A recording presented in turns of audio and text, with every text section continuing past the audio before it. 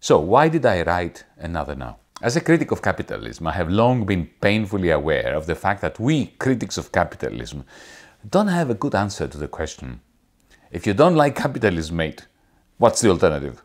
So, a couple of years ago, I decided it was time to take on two hard but pressing tasks. First, to describe convincingly how a technologically advanced, free and open post-capitalist society might function. How it might function once work, control over production, land use, corporations and money are fully democratized. How would companies, international trade, international payments, housing, how would all that work after capitalism? Secondly, and that was an even harder task, to demonstrate how such post-capitalist social and economic arrangements could emerge out of the guts of our present circumstances.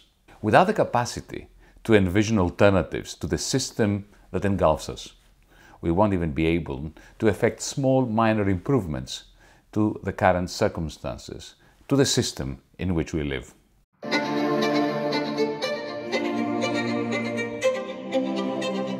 Why should Another Now be read by those who actually fancy capitalism?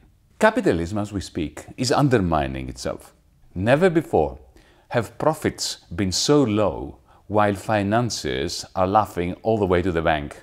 Never before has investment in real things, tangible things, been so low relative to the available money, to the available liquidity around the world. The world of money has disconnected from the real economy, a sure sign that we already are in an unsustainable post-capitalist phase. Another Now offers both a glimpse of this awful post-capitalist reality, as well as a blueprint for a post-capitalist society in which markets are freer and healthier than ever, because, rather than in spite of, the end of capitalism. Even if in the end, free marketeers reading Another Now disapprove the market socialism that I am describing in the book, I do believe that they will have benefited from acquainting themselves with it. Even if only because today capitalism is hampered by cartels and financial parasites illicitly trading in its name.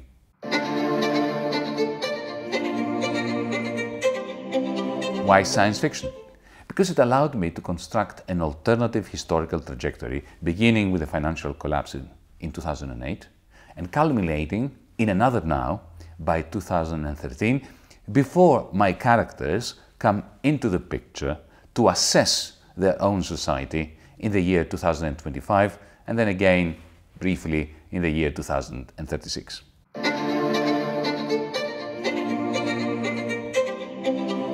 This is why I believe writing, but also reading, a book like Another Now is important to those of us who feel ensnared in a socio-economic system that, on the one hand, holds back the vast majority, and on the other hand, enriches a tiny minority who also end up insecure, dissatisfied, unhappy, and alienated from a society whose only booming industries are discontent, depression, and ecocide.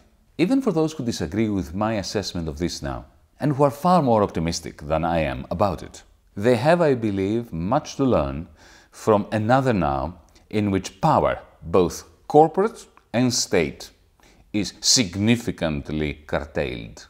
The result being a world much closer to that which Adam Smith, their patron saint, waxed lyrical about, than to what passes today as free market capitalism, and which in reality is a species of techno-feudalism.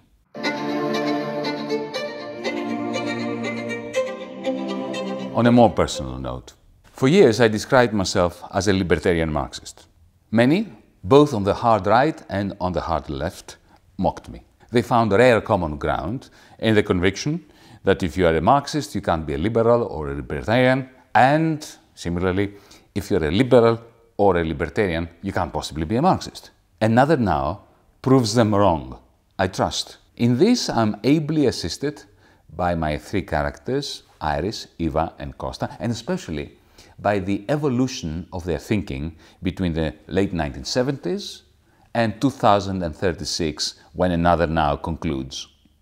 Iris, a Marxist feminist anthropologist, Eva, a former banker turned mainstream academic economics professor, and Costa, a tech evangelist who is increasingly becoming technophobic, demonstrates that there is no oxymoron here, that the only way of being truly, genuinely liberal is if you dedicate yourself to overthrow capitalism and to replace it with a socio-economic system where autonomy and authentic freedom do not end at the gates of the corporation. And now, let me finish with a postscript, with a parting thought.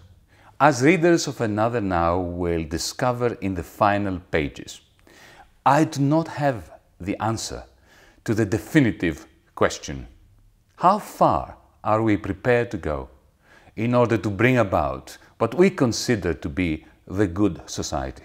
The true mark of a genuine opponent of oppression and unfreedom is a readiness endlessly to agonize over this pressing question.